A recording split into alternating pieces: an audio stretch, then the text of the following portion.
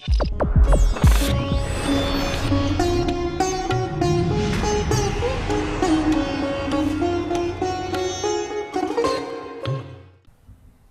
noite, e Ikujoko, que não morram enquanto estão sentados. Que Ele te abençoe a todos nós. Alguns amigos aqui me conhecem, outros não. Eu sou sacerdotisa da religião dos orixás, que nós chamamos tradição de orixá. Vocês têm vindo aqui, têm encontrado comigo e com vários outros amigos. Hoje eu estou um pouquinho desnorteada, porque recebi agora à noite a mensagem de que Toy Francelino Chapanã faleceu hoje de manhã. Quando nós viemos para cá, ele estava no Hospital das Clínicas, bem mal, mas eu consegui conversar com a filha dele, que me deu a notícia que ele tinha melhorado um pouco. E eu vim feliz porque ele tinha melhorado um pouco, dizendo que ia levar recados e abraços de todos. Mas, infelizmente, nós perdemos Toy Francelino. É um choque para todos nós, é uma mágoa muito grande para todos nós, mas, realmente, esses últimos 2 meses, ele estava muito doente, ele foi reverter aquela cirurgia, teve uma infecção, não deu certo, ele teve sérios problemas. Então, que cada um de nós, dentro da sua cabeça, do seu amor, do seu coração, tenha um momento, durante a noite, hoje ou mais tarde, para lembrar dele. Tão bonito, não é? Se vestia tão bem, gostava tanto de ficar bem arrumado, sempre com aquelas roupas lindas, falava tão bem. A gente podia deixar qualquer palestra na mão dele, que ele sempre tinha uma saída, ele sempre tinha uma resposta. Tantas vezes defendeu ideias aqui onde eu estou sentada, atendia as pessoas. Era um grande amigo. Estou perdendo um amigo, estou perdendo um irmão. Realmente está muito triste para todos nós. Mas, da mesma maneira como a gente chega, a gente volta e a vida continua. A nossa proposta, dentro da tradição de orixá, primeiro é que as pessoas conheçam a sua tradição e a sua religião. Quando a pessoa conhece a fundo a sua religião, ela se sente mais segura, ela se sente mais tranquila, ela se sente melhor. Nós temos tido inúmeros casos, muitos mesmo, de violência. Violência física, emocional, violência religiosa. Agora mesmo, assistimos um espetáculo terrível de violência religiosa aí fora. Perdi a cabeça e dei vários gritos com essa molecada. Uma molecada lá daquele encontro evangélico, que se vestiu de palhaço e foi atrapalhar o nosso grande ato ecumênico.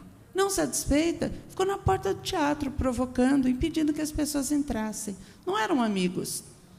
Era toda uma gente que se diz de uma religiosidade tão profunda que proíbe seus jovens de dançar carnaval, mas pode se vestir de palhaço e vir provocar a religião dos outros. Aqui nessa porta, há muitos anos, eu tomei com folhetos dos evangélicos na minha cabeça, na mão, fui ameaçada, há 13 anos que eu venho, e muitos de vocês assistiram isso.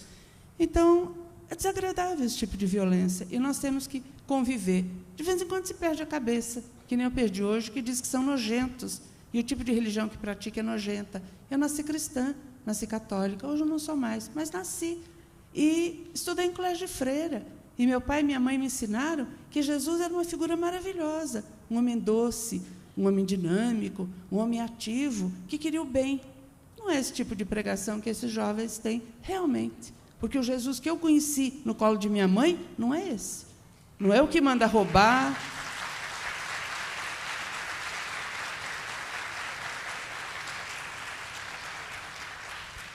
Obrigado, meus amigos, eu sei que vocês concordam. Jesus não é o que manda roubar, o que manda os pastores tirar os tostões que a pessoa tem para dar carne em sua casa. Não é aquele que faz com que os pastores amealhem aras, joias, aviões. Não é, não. Religião é pé no chão. Pode ter igrejas bonitas, claro, é um lugar bonito para se louvar a Deus, é muito bom. Mas vamos olhar para os pobres. Que caridade esse povo faz? Nenhuma. Então é preocupante isso. Além disso, o tipo de violência que eu coloco aqui é uma violência que está sendo uma constante no Brasil inteiro. A violência que mulheres e crianças vêm sofrendo. Eu recebi isso daqui, as mulheres dizem não à violência. Isso daqui é daqui, de cima, e a Pastoral Popular Luterana, que conta uma série de problemas que estão tendo pelo Brasil inteiro e propõe soluções. Além do mais, tem uma ONG chamada Católicas pelo Direito de Decidir. Faço parte dessa ONG e tivemos um encontro, há cerca de 2 meses atrás, com propostas contra a violência. E meu marido e eu coordenamos uma ONG em São Paulo que funciona junto ao templo. E ela é uma ONG ligada aos problemas do povo iorubá brasileiro. Ela se chama Respeito ao Brasil Iorubá. Iorubá é o nome do nosso idioma e é o nome da nossa etnia. Eu tenho 2 classificações, vamos dizer, 2 dignidades, 2 civilizações no meu coração. Eu sou de nacionalidade civil brasileira e iorubá de coração, nigeriana de coração. O iorubá, ele é a tradição que trouxe aqui para o Brasil o candomblé quetu, que cultua orixá. Todos que cultuam orixá aqui no Brasil têm uma ascendência iorubá, ou física ou mítica. Orixá é o nome que nós damos a nossos deuses. Quando esse assunto surgiu, nós pensamos em ter ideias, através da nossa ONG, que nós já estávamos planejando isso há algum tempo, de fazer com que vários sacerdotes de várias tradições se reunissem e vissem qual é a grande figura religiosa da sua tradição, com relação às mulheres. Os meninos, por vezes, sofrem esse tipo de atentado, mas as meninas mais facilmente sofrem isso. As mulheres mais facilmente sofrem isso. Um homem, ele não é violentado na sua casa, no seu trajeto, é mais difícil, mas uma mulher, isso é constante. E, às vezes, a violência vem de dentro de casa, vendo o marido, vendo o filho, vendo o irmão, é uma coisa terrível. E nós pensamos, vejam vocês, quem daqui, no coração, é católico? Muitos. Quem daqui, no coração, é Hare Krishna? Quem daqui, no coração, é alguma das ramificações evangélicas? Quem daqui, no coração, é espírita, ou é budista, ou é alguma das outras religiões cultuadas aqui? Cada vez que vocês buscarem nas tradições de vocês, vocês vão ver grandes figuras. Voltando ao cristianismo, vejam, a Virgem Maria é uma grande figura feminina. Olha a força dessa mulher, tirando seu filho que morreu na cruz, carregando no braço, no colo, e tendo que ser forte para enterrar aquele filho. Vejam vocês as santas católicas, a força delas, o poder delas. Vejam vocês as figuras belíssimas que tem no Vedanta. As figuras belíssimas de santidade que tem em todas as outras religiões que se reúnem aqui nesse palco para falar. Então, vamos falar da minha especificamente, que eu domino mais, que é a tradição de orixá. Nós temos os orixá femininos que são fortes. Se amanhã ou depois eu tiver uma reunião com um desses sacerdotes, ou 2 ou 10, e tivermos que resolver isso, eu vou colocar como que a minha religião pode reagir. Uma criança, uma menina de 7, 8 anos, que é criticada na escola, ou porque é negra, ou porque é pobre, ou porque é um bandista, ou porque tem qualquer outro problema que as outras crianças não entendem, e crianças, às vezes, é cruel. Ou uma jovem que também sofre algum tipo de agressão, na sua casa ou na escola, ou em qualquer lugar. Como que, religiosamente, nós podemos tirá-la desse problema? Claro que dando todo o apoio a ela, que escutando o que ela tem a dizer, que procurando fazer com que ela se sinta segura, mas segura dentro da religião. Nós temos figuras como Oyá, também conhecida como Yansan, orixá do raio e do trovão, forte, poderosa. E nós podemos dizer a essa menina, veja, esse orixá que lhe protege. E quando você for agredida de alguma maneira, se espelhe na força de Oyá, e nós podemos contar a essa menina quais são as histórias de Oiá, que ela venceu uma série de problemas. E se essa menina não tiver essa personalidade dura e decidida, nós podemos mostrar a ela que ela pode ser como a água, como Oxum, que é aquela que dá filhos às mulheres, e que ela pode também ser como a água, incontrolável. Quem segura a água? Você põe água na mão, ela esvai, você não consegue segurar. E essa é a força da água. Ninguém controla a água. Então, a pessoa pode ser doce, pode ser mansa, mas também pode ser incontrolável. E ninguém, de jeito nenhum, consegue forçar aquela pessoa a fazer alguma coisa. Se os jovens, as mulheres, as crianças, os idosos, que são os que mais sofrem, tiverem grandes figuras religiosas dentro do seu coração e espelhadas na sua mente, e só nós sacerdotes, só vocês sacerdotes, vocês que conhecem religião, puderem fazer isso, façam. Nós temos uma lei que foi lançada há pouco tempo, que é a Lei Maria da Penha. Uma mulher que tanto sofreu num mau casamento, tanto sofreu na mão de um marido que ficou aleijada. E essa Lei Maria da Penha foi sancionada, não tem muitos meses, e ela coíbe a violência doméstica e familiar contra a mulher. Então, a mulher hoje está defendida contra isso. Mas quantas mulheres sabem? Vocês que são esclarecidos, vocês que têm pernas e têm um dinheirinho no bolso para vir no evento como esse, sabem. E aquela que mora na roça? E aquela que mora na fazenda? E a que mora lá no fundo da cidade? E a empregada doméstica que sabe, coitada, bitoladinha. A única coisa que ela sabe fazer é trabalhar, e tem um marido bêbado. Na minha cidade, Guararema, que é desse tamanho, nós tivemos um caso assim. Uma moça que se queixava do marido e tentou dar queixa na delegacia contra ele, antes da Lei Maria do Carmo. E não adiantou. Ele obrigou ela a tirar a queixa.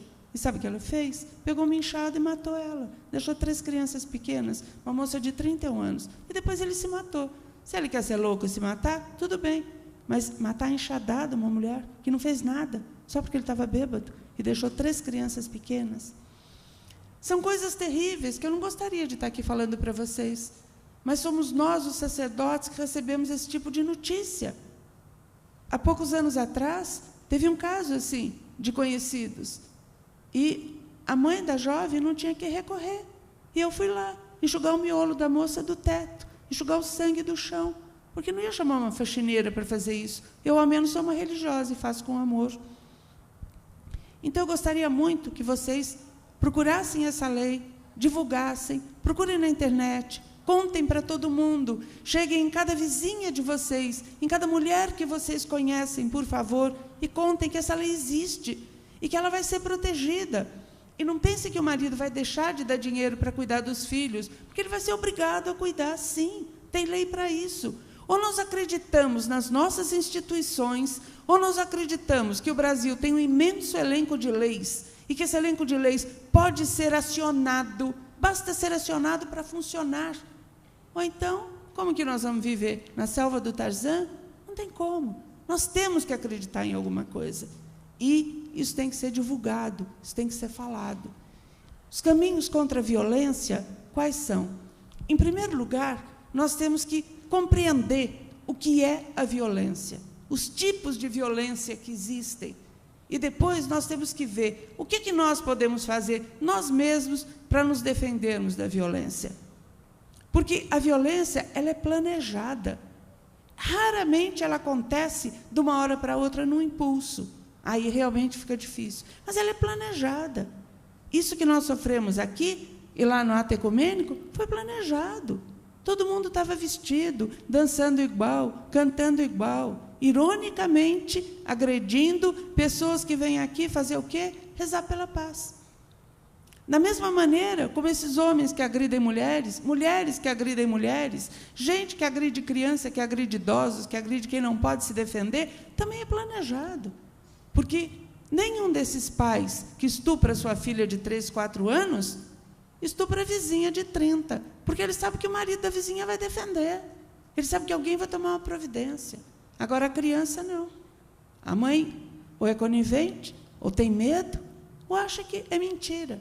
A queixa mais constante que as mulheres contam, as jovens, até as crianças, é que a mãe diz que elas estão mentindo, que elas provocaram o pai, o irmão, o padrasto. Nós temos que ter olhos abertos, nós temos que efetivamente ver o que acontece ao nosso redor. Nós estamos morando num mundo muito difícil, nós estamos morando numa terra muito violenta.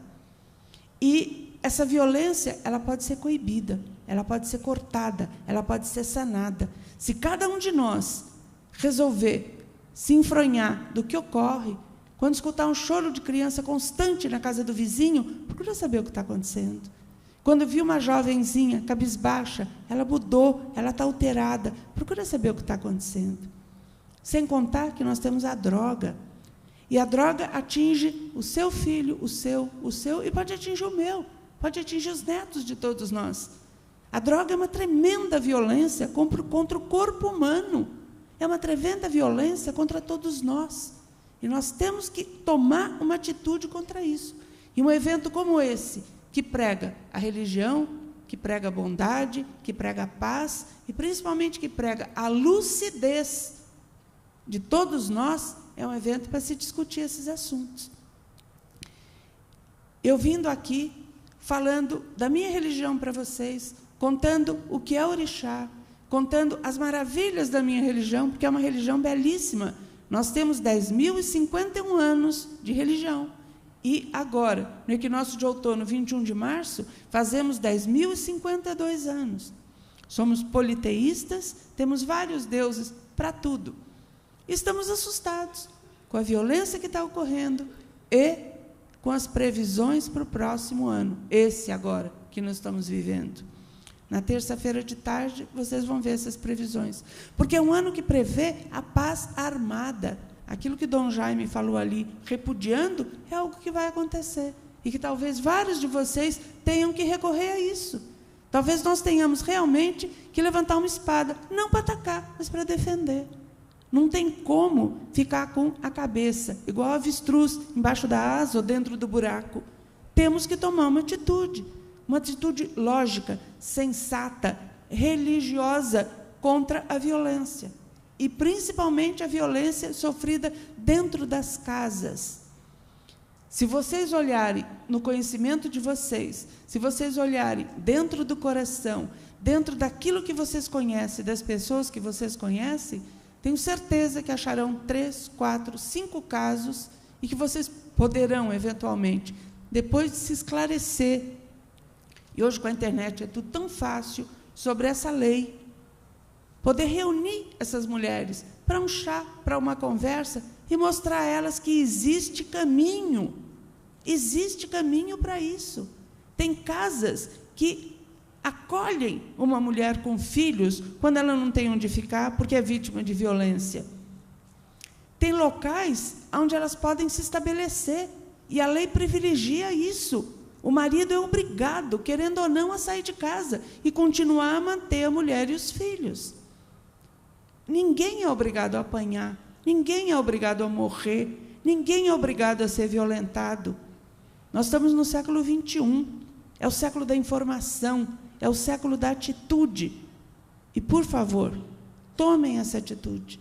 Nós estamos tomando, nós estamos procurando esclarecer o máximo possível de mulheres a esse respeito, e muitas vezes de homens também, porque o homem é muito perspicaz. Ele consegue detectar facilmente esse problema nos familiares, nos vizinhos, no trabalho. Procurem espaços saudáveis para essas crianças. Atividades saudáveis, junto às igrejas, às capelas, às religiões. Atividades que mantenham as crianças ocupadas, que elas não sejam obrigadas a ficar em casa, por vezes com um adulto perigoso. E esse adulto perigoso, me desculpe, a maior parte das vezes é o namorado ou o marido da mãe. É muito perigoso isso que acontece. E se vocês procurarem lá dentro, vão encontrar. E saber que isso existe, que o que eu estou falando não é alarmismo. Eu não estou vindo aqui alarmar ninguém. Eu estou contando uma realidade que está ocorrendo no mundo inteiro. E no Brasil também. Nós não estamos a par da violência. Se nós conseguirmos animar as mulheres, animar as crianças, de que grandes figuras religiosas podem influenciar a vida delas, elas podem se espelhar nessas figuras, elas podem, eventualmente, tomar o exemplo dessas figuras religiosas. Na Igreja Católica, e muitos de vocês são católicos, tem figuras belíssimas, Santa Catarina de Sena, Santa Teresinha de Lisieux, a própria Virgem Maria, Santa Teresa d'Ávila, Santa Catarina, figuras fortes, poderosas, que têm como ajudar, seja pela oração ou pelo exemplo, essas mulheres e crianças. Por favor, pensem nisso quando chegarem em casa. A tradição de orixá é uma religião que está aqui no Brasil presente desde 300 ou 400 anos atrás.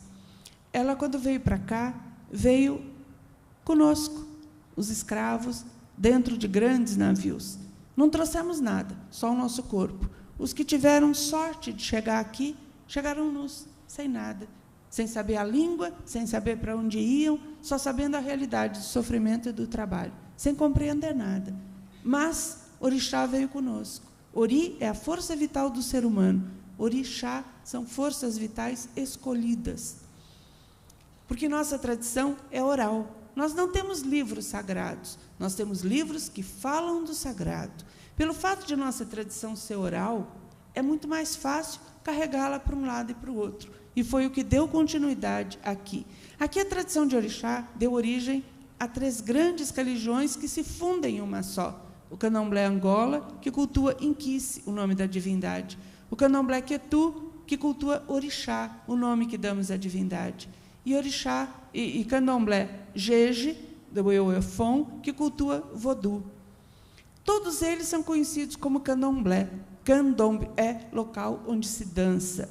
Aqui tem inúmeras ramificações de todas as tradições africanas. Algumas pessoas, como eu e outros, realmente não estavam satisfeitos com essa excessiva mistura e sincretismo da religião aqui. Não víamos o porquê que tem que haver um correspondente do santo católico para o nosso orixá. Respeitamos a religião católica, mas quando água e óleo se misturam, a água não serve para beber, o óleo não serve para fritar, e a água benta com azeite de dendê não dá certo mesmo. Então é melhor cada um ficar no seu caminho e na sua tradição. Aí voltamos para a África e trouxemos, então, a religião como se pratica lá. Eu e alguns outros somos missionários aqui no Brasil. Temos a missão religiosa de divulgar a nossa religião para quem queira ouvir. Não fazemos proselitismo, não batemos de porta em porta, usamos ocasiões como essa, para quem queira nos ouvir. A tradição de orixá, ela tem por base a natureza. E ela tem por base o ser humano. Não só a natureza, o ser humano. Não só o ser humano, a natureza. O ser humano é parte da natureza. Outras religiões, elas são centradas no ser humano. Tudo que ocorre é tendo por centro o ser humano. Nós não. O ser humano, o elefante, a formiga, a planta, o mar, o rio, tudo isso faz parte da nossa tradição. Quando nós vamos apanhar uma folha, nós dizemos assim, olhe em volta. Pode ser que seja a última que tem no mundo. Olhe em volta antes de apanhar essa folha. Se você achar uma segunda, aí você apanha. E nós dizemos também, Kosiawe, Kosi orixá. Sem folhas não há orixá. Essa língua é o Iorubá. Os casamentos são muito bonitos. Vocês devem ter assistido o meu há 2 anos atrás. Os batizados são muito bonitos. Os cerimoniais de morte são muito bonitos. A religião iniciática, a iniciação também é muito bonita. Nós temos um imenso pilar da nossa tradição chamado Iuá, o caráter. Quando um recém-nascido nasce, nós dizemos Iuá funre omachetum, caráter para você, recém-nascido, que você tenha caráter. É a coisa mais importante, é um ser humano ter caráter, olhar de frente, jogar de frente, não se esconder no nariz de palhaço, olhar de frente. Nós temos 3 dádivas que os ancestrais nos deram. A primeira é a Ió, a alegria. Todos nós negros somos alegres, sempre, em qualquer situação, somos alegres. A grande alegria que tem no Brasil vem dos movimentos que os negros criaram, principalmente a música e a dança. Nós temos a segunda dádiva, que é Imoran Ati Imoye, o conhecimento que leva à sabedoria. Aprender no livro? Muito bom. Aprender na internet? Muito bom. Melhor é ir lá com a vovó, sentar no pé dela e aprender com ela. Ela tem uma coisa que ninguém pode ensinar para nós, é a vivência. Ela tem uma coisa que ninguém mais pode fazer, é o conhecimento, é o exemplo, é aquilo que ela tem dentro dela. Nos põe a vovó no asilo, a gente senta ali e aprende com ela as coisas. A gente não manda embora o empregado quando faz 50, 60 anos. Aí é que ele está bom para ensinar, aí é que ele está bom para trabalhar. E nós aqui não valorizamos o idoso. A terceira dádiva é Suru.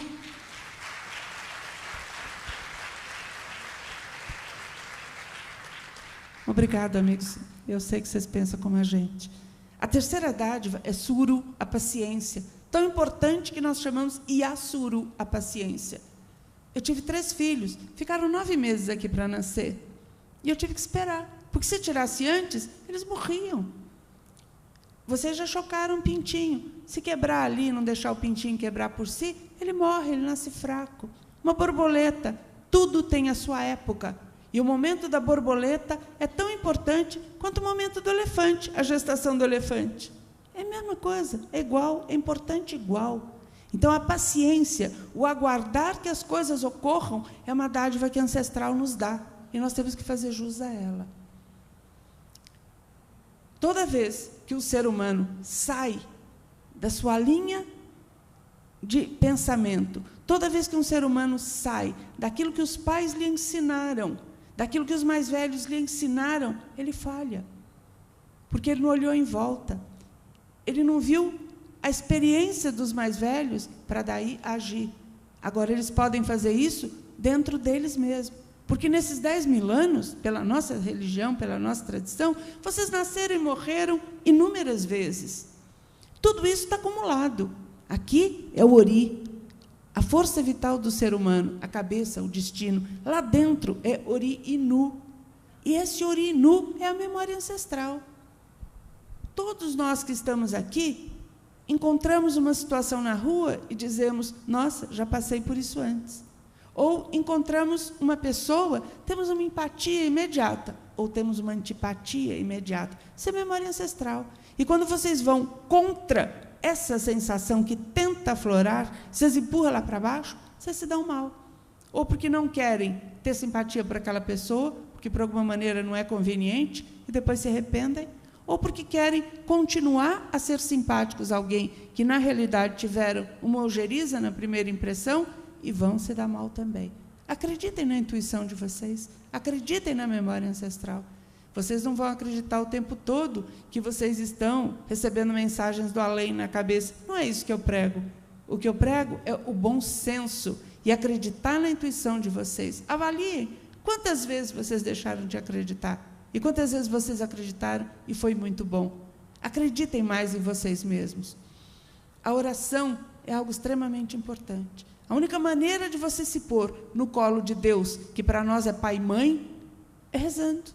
Porque na hora que você reza, na hora que você leva o seu pensamento a Deus, não importa o que é que você vai rezar. Se vai agradecer, se vai pedir, se vai simplesmente tirar os pensamentos na cabeça e botar Deus na frente, ou uma rosa, ou o que vocês desejarem. É uma faxina, é uma limpeza, e principalmente é uma elevação. Ninguém deve ficar sem uma crença, nem que seja a crença de não crer. É um direito. Aquele que quer ser agnóstico, aquele que quer ser ateu, é um direito. Mas ele tem a crença no quê? No ser humano, na honestidade, no bom caráter. Ele tem uma crença. Pode não ser uma divindade, mas ele tem. Dentro da URI, da Iniciativa das Religiões Unidas, e temos mesa amanhã, prega-se: quem conhece não teme, e quem não teme não agride. Quando você conhece a religião do vizinho, você não sai agredindo, como fizeram os menininhos bobinhos manipulados aqui. Você não vai agredir o vizinho, não precisa. Você enxerga Deus nos olhos do seu vizinho. O mesmo que abençoa você, abençoa o seu vizinho com outro nome. Pode me abençoar com o nome de Orixá e pode abençoar aquele ali com o nome de Krishna, aquele com o nome de Alá, aquele com o nome de Jeová e esse com o nome de Jesus. Lá em cima, ele é um só. E mostrou para cada um uma face e um nome.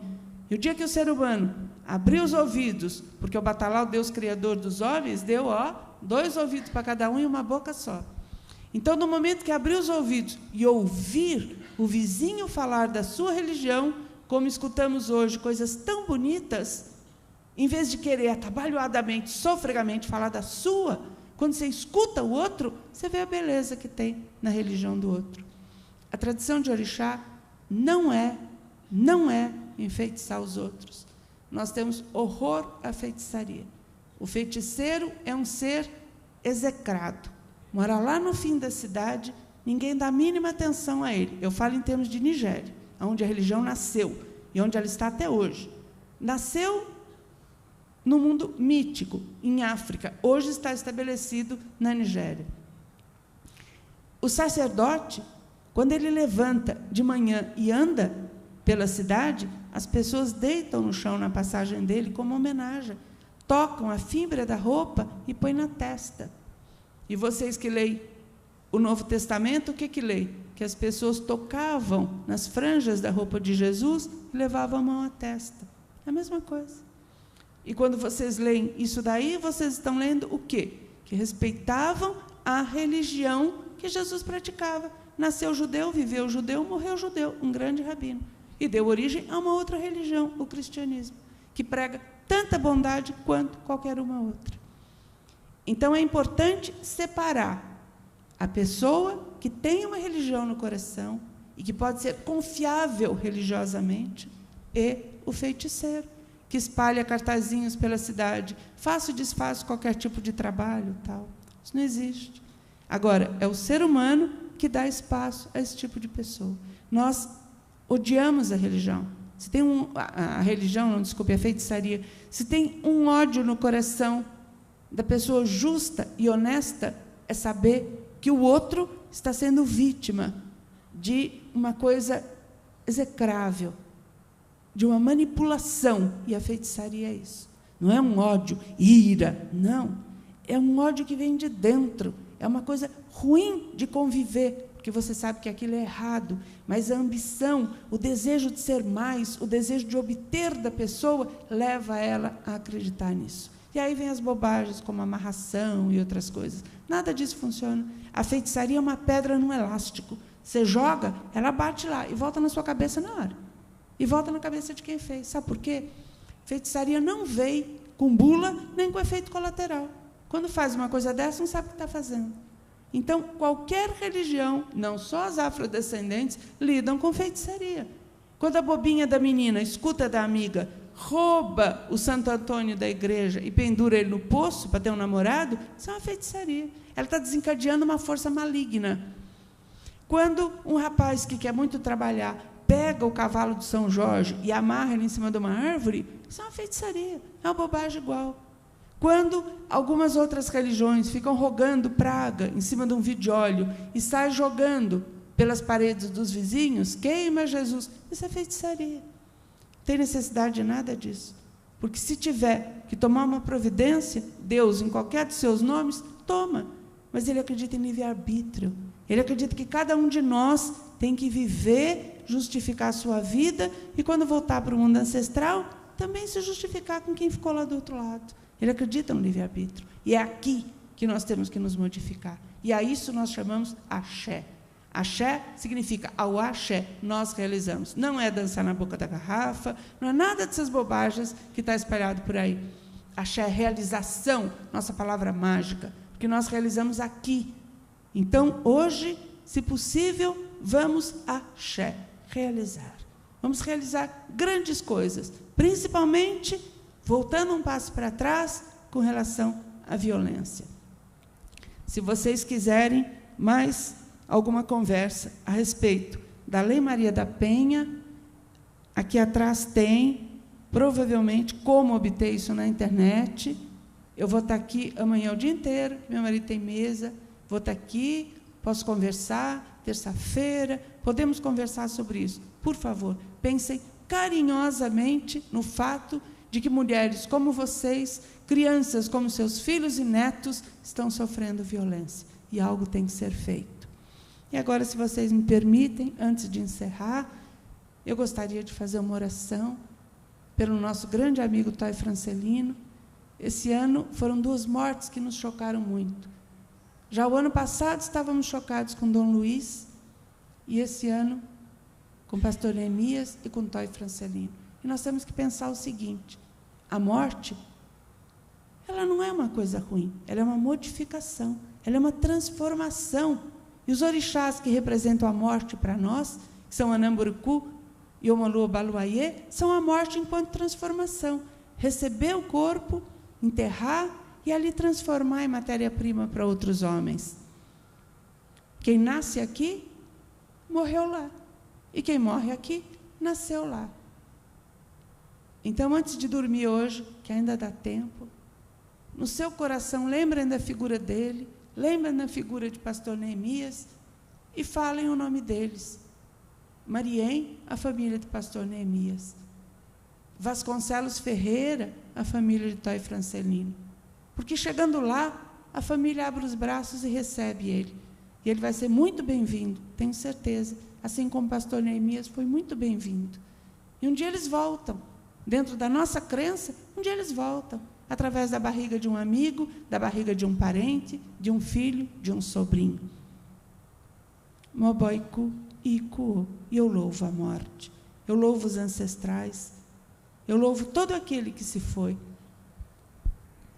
Babamiku Jeo, Babamiku Jeo, Alabaro Dolaie, Mofariborereo, Alabaro Dolaie.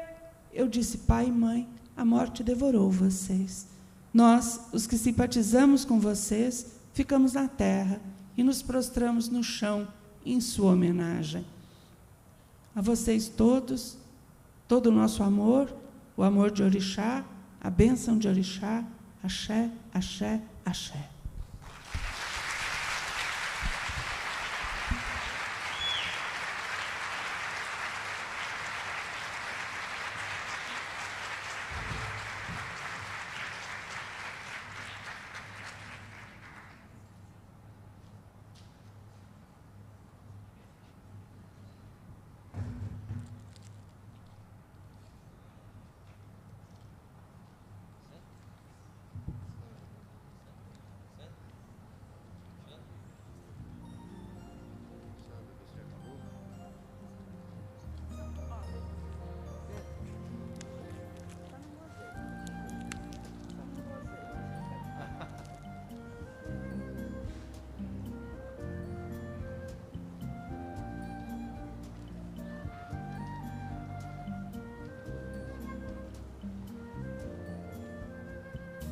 Meus amigos, antes de encerrar aqui rapidinho, só queria lembrar a vocês que continuam os cursos, o simpósio de terapias holísticas, o reiki, massoterapia, curso de xamanismo, e o anime continua na Faculdade de Administração. Agora, amanhã vai ter um passeio à Pedra de Santo Antônio, à tarde. E as inscrições para esse passeio podem ser feitas a partir das 13 horas até as 15, no evento que está acontecendo, que é o 10º Seminário de Ecologia, na Faculdade de Administração. Somente amanhã de manhã vai haver o 7º encontro da URI. URI é uma sigla, URI, que é United Religions Initiative, é a Iniciativa das Religiões Unidas. E amanhã à tarde, no Museu de Artes Assis Chateaubriand, o primeiro encontro GLBT aqui de Campina, no auditório do Museu de Artes, à tarde, a partir das 14 horas. E vai haver o show agora, aqui na Praça do Açu de novo, é o show do Cabroeira. E tem um outro conjunto também, como é que eles chamam? Os DJs aí, vai ser animado. E até amanhã, então, e uma boa noite para todos.